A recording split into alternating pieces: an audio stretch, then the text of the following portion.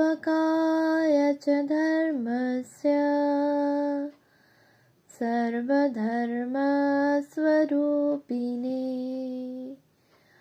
अवतार वरिष्ठाय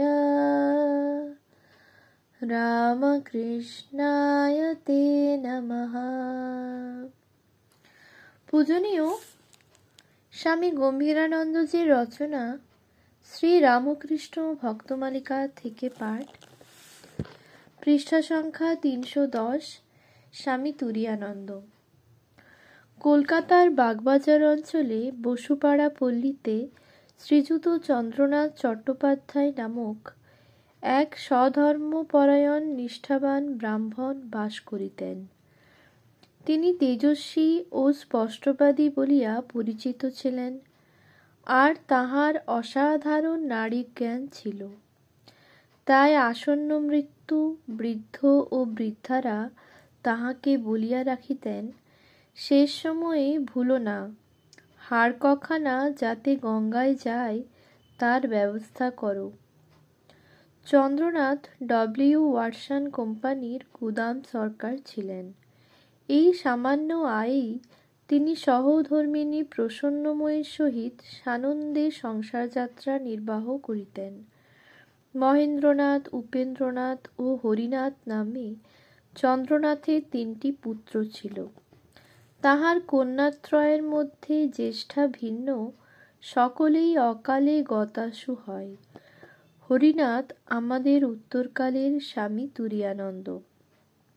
ইনি 1863 খ্রিস্টাব্দের 3রা জানুয়ারি 1269 সাল 20 পৌষ শনিবার চান্দ্র পৌষ শুক্লা চতুর্দশী তিথি মৃগশিরা নক্ষত্রে বেলা 9টায় জন্মগ্রহণ করেন। ঠিকুজির ফলে জানা যায় যে হরিনাথ বিদ্বান, তপনিষ্ঠ, স্বধর্মপরায়ণ সন্ন্যাসী হইবেন। বালকের জন্মগ্রহণের পর চন্দ্রনাথের জ্যেষ্ঠ তাতো বলিয়াছিলেন, কৃষ্ণ এসেছেন। হরিলুটের সন্তান বলিয়া চন্দ্রনাথ নবজাতকের নাম রাখলেন হরিনাথ। হরিনাথ যখন মাত্র 3 বৎসরের শিশু, তখন অকস্মাৎ একটি ক্ষিপ্ত শৃগাল তাহাকে অতর্কিতে আক্রমণ করিলে শিশুকে রক্ষা করার অন্য কোনো উপায় না দেখিয়া প্রসন্নময়ী তাহাকে 2 হস্তে ঊর্ধ্বে তুলিয়া ধরিলেন। এইরূপে সন্তান রক্ষিত হইলেও মাতা শৃগাল দংশনে অচিরেই দেহত্যাগ করিলেন। অতঃপর জ্যেষ্ঠা ভাতৃজায়ার উপর হরিনাথের লালন পালনের ভার অর্পিত হইল। মহেন্দ্রনাথ হরিনাথ অপেক্ষা 20 বৎসরের এবং উপেন্দ্রনাথ 10 বৎসরের বড় ছিলেন।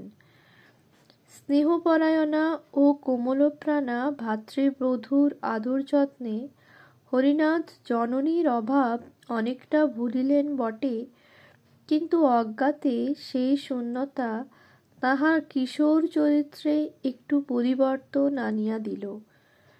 সহিষ্ণুতার প্রতিমা মাতার নিকট যে হরিনাথ দুরন্ত ছিলেন, ভাতৃজায়ার নিকট তিনি বড় শান্ত ও বাধ্য হইয়া পড়িলেন।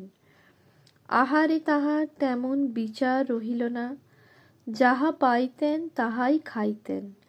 তথাপি তাহার অন্তর্নিহিত তেজ মাঝে মাঝে বিদ্রোহের আকারে বাহির হইয়া পড়িত। তখন তিনি অপরকে প্রহারাদি পর্যন্ত করিতেন।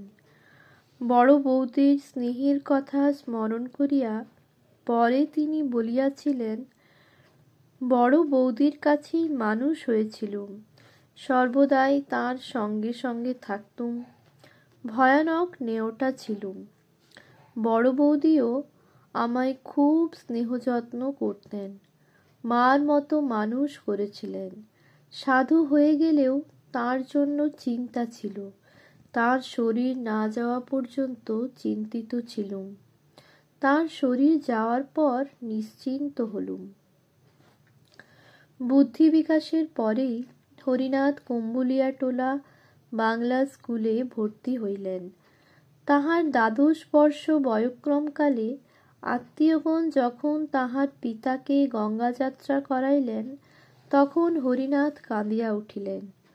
হরিনাথের দিদি পিতাকে বলিলেন, হরি কাঁদছে, ওকে একটু সান্ত্বনা দিন। পরলোকে প্রসারিত দৃষ্টি সপ্ততিপর বৃদ্ধ শুধু বলিলেন, হরিকে আর কি বলবো, হরি জগতের, জগৎ হরির।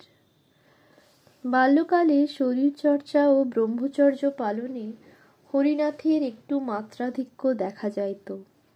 তিনি প্রত্যহ আখড়ায় যাইয়া কুস্তি লড়িতেন এবং একসঙ্গে 100 ডন ও 500 বৈঠক দিতে পারিতেন। সঙ্গী ছেলেরা বলিত, অত করিস নি, বড় বাড়াবাড়ি আরম্ভ করেছিস, শেষে মরে যাবি। বিদ্রূপের ভঙ্গিতে হরিনাথ উত্তর দিতেন, আমি একাই মরে যাব, আর তোরা বেঁচে থাকবি। ধর্ম সাধনার ক্ষেত্রেও বাল ব্রহ্মচারী হরিনাথ গায়ত্রী জপ ও সন্ধ্যারাধনা তো নিয়মিত করিতেনই, তদুপরি প্রত্যহ 3 বার গঙ্গা স্নান, সপাক হব্যিষ্যান্ন ভোজন ও কঠিন শয্যায় শয়নাদিতে অভ্যস্ত ছিলেন। এতদ ব্যতীত শাস্ত্র পাঠাদিও যথেষ্ট ছিল। বেদান্ত বিচারে তিনি অল্প বয়সেই পারদর্শী হইয়াছিলেন। তাহার চালচলনের অসাধারণতা দর্শনে হিতকামী প্রতিবেশীরা মহেন্দ্রনাথকে সাবধান করিয়া দিলেন। কিন্তু উপার্জনক্ষম জ্যেষ্ঠ ভ্রাতা পিতৃমাতৃহীন কনিষ্ঠ ভ্রাতাকে শাসনের দ্বারা তখনই সংসারে আকৃষ্ট করার প্রয়োজন বুঝিতে পারিলেন না। বরং বলিলেন, হরিনাথ নিষ্ঠাবান ব্রাহ্মণের সদাচারেই তো লিপ্ত আছে, ইহাতে আপত্তির কি কারণ থাকিতে পারে। এই নিরঙ্কুশ স্বাধীনতা হরিনাথকে একদিকে যেমন কখনো কখনো বিপদগ্রস্ত করিতে লাগিল, অপরদিকে তেমনি সুপ্রবৃত্তিগুলিকে পল্লবিত করিয়া এবং অভিজ্ঞতা আনিয়া দিয়া নিজ আদর্শে সুপ্রতিষ্ঠিত করিতে লাগিল। গঙ্গা স্নানে তাহার বিশেষ প্রীতি ছিল।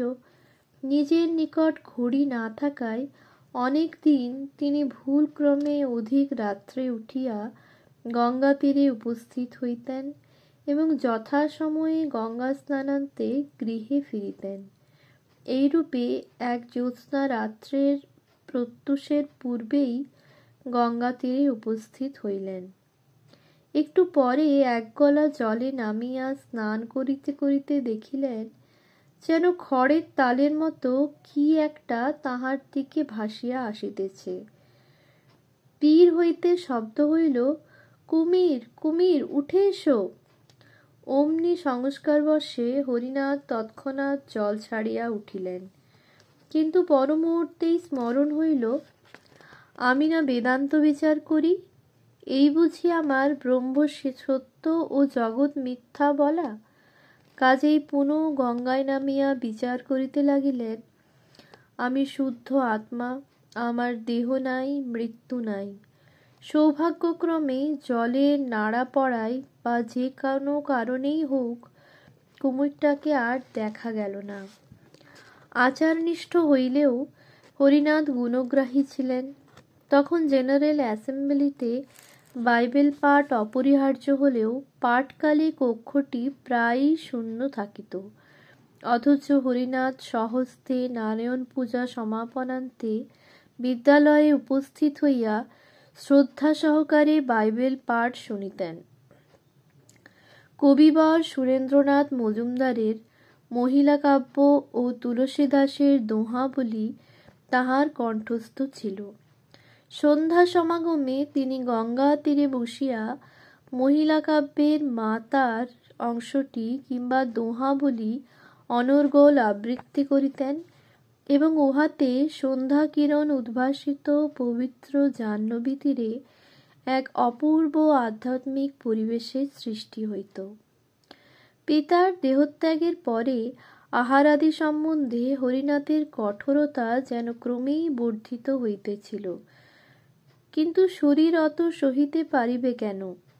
ফলে শীঘ্রই তাহার আমাশয় হইল এবং আত্মীয় স্বজনের পীড়াপিড়িতে এই বিষয়ে কয়েকটা শিথিলতা অবলম্বন করিতে হইল।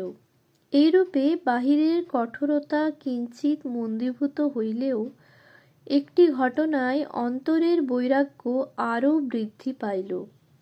প্রিয়নাথ ও কেদারনাথ নামীয় দুইটি ক্ষুল্লতাত পুত্র তাহার অতি প্রিয় ছিলেন। কেদারনাথ অল্প বয়সেই বিসূচিকা রোগে দেহত্যাগ করিলেন। হরিনাথ দাঁড়াইয়া সব দেখিলেন। মানুষের জীবন কত ক্ষণভঙ্গুর, আর মৃত্যুর সম্মুখে মানুষের সর্বপ্রকার চেষ্টা, সর্বপ্রকার স্নেহের আকর্ষণ কত অকিঞ্চিৎকর। উক্ত ঘটনার কিছুদিন পরে চিৎপুরে সর্বমঙ্গলার মন্দিরে এক সাধুর আগমন হয়। বাল্যবন্ধু গঙ্গাধরের অখণ্ডানন্দজির সহিত হরিনাথ প্রায়ই সেখানে যাইতেন, কিন্তু সকাম অপর দর্শকদের ন্যায় তিনি বাকসিদ্ধ সাধুর নিকট কোনো প্রার্থনা না জানাইয়া নীরবে বসিয়া থাকিতেন। সাধু ইহা লক্ষ্য করিয়া হরিনাথকে একদিন জিজ্ঞাসা করিলেন, তুমি আসো যাও, কিছু তো চাও না, তোমার কি চাই? হরিনাথ উত্তর দিলেন, সাধন ভজন ও ভগবান লাভ। সাধু আনন্দে উল্লসিত হইয়া বলিলেন, বেশ বেশ, তোমার হবে, তবে এখন নয়, একটু দেরি আছে, এখন ঘরে থেকে সাধন করো। হরিনাথ সাধুর বাক্য শিরোধার্য করিয়া গৃহে থাকিয়াই সাধন ভজনে ডুবিলেন। হরিনাথের মনে তখন ধর্মপিপাসা জাগিয়া তাহাকে উহার সন্ধানে সর্বত্র লইয়া যাইতেছে। এই সময় পল্লীতে প্রচার হইল যে দীননাথ বসু মহাশয়ের বাড়িতে পরমহংস শ্রী রামকৃষ্ণদেব আসিবেন। সংবাদ পাইয়া তিনি গঙ্গাধরের সহিত সেখানে গেলেন। হরিনাথের বয়স তখন 13 কি 14 বৎসর। সেই প্রথম সন্দর্শনের কথা তাহার একখানি চিঠি 19/9/17 তাং হইতে জানা যায়। কেশবচন্দ্রের সহিত ঠাকুরের তখন সবেই পরিচয় হইয়াছে। হরিনাথ ও গঙ্গাধর সেখানে গিয়া দেখিলেন, একখানি গাড়ি হইতে একজন বলিষ্ঠ ব্যক্তি হৃদয় অপর একজন সংজ্ঞাহীন ও অত্যন্ত কৃশ ব্যক্তিকে নামাইতেছেন। দ্বিতীয় ব্যক্তির মুখকান্তি ও অঙ্গের ভাব যেন শাস্ত্রবর্ণিত সুখদেবের ন্যায়। ধরাধরি করিয়া তাহাকে উপরে লইয়া গেলে তিনি সংজ্ঞাপ্রাপ্ত হইয়া মধুর কণ্ঠে যশোদা নাচাত্য তোরে বলে নীলমণি ইত্যাদি গান গাহিলেন এবং অনেক পরমার্থ প্রসঙ্গ করিলেন। ইহার পর হরিনাথ আরও 2-3 বৎসর পূর্বেরই ন্যায় সাধন ভজনে ব্যাপৃত রহিলেন। তবে তিনি স্থির করিলেন তিনি বিবাহ করিবেন না। বিবাহের সম্বন্ধ লইয়া কেহ আসিলে বরের মুখে বৈরাগ্যের কথা শুনিয়া আলাপ আলোচনা সেইখানেই শেষ হইত। পড়াশোনার দিকেও আর তাহার তেমন মন রহিল না। প্রবেশিকা পরীক্ষা তিনি দিলেন না।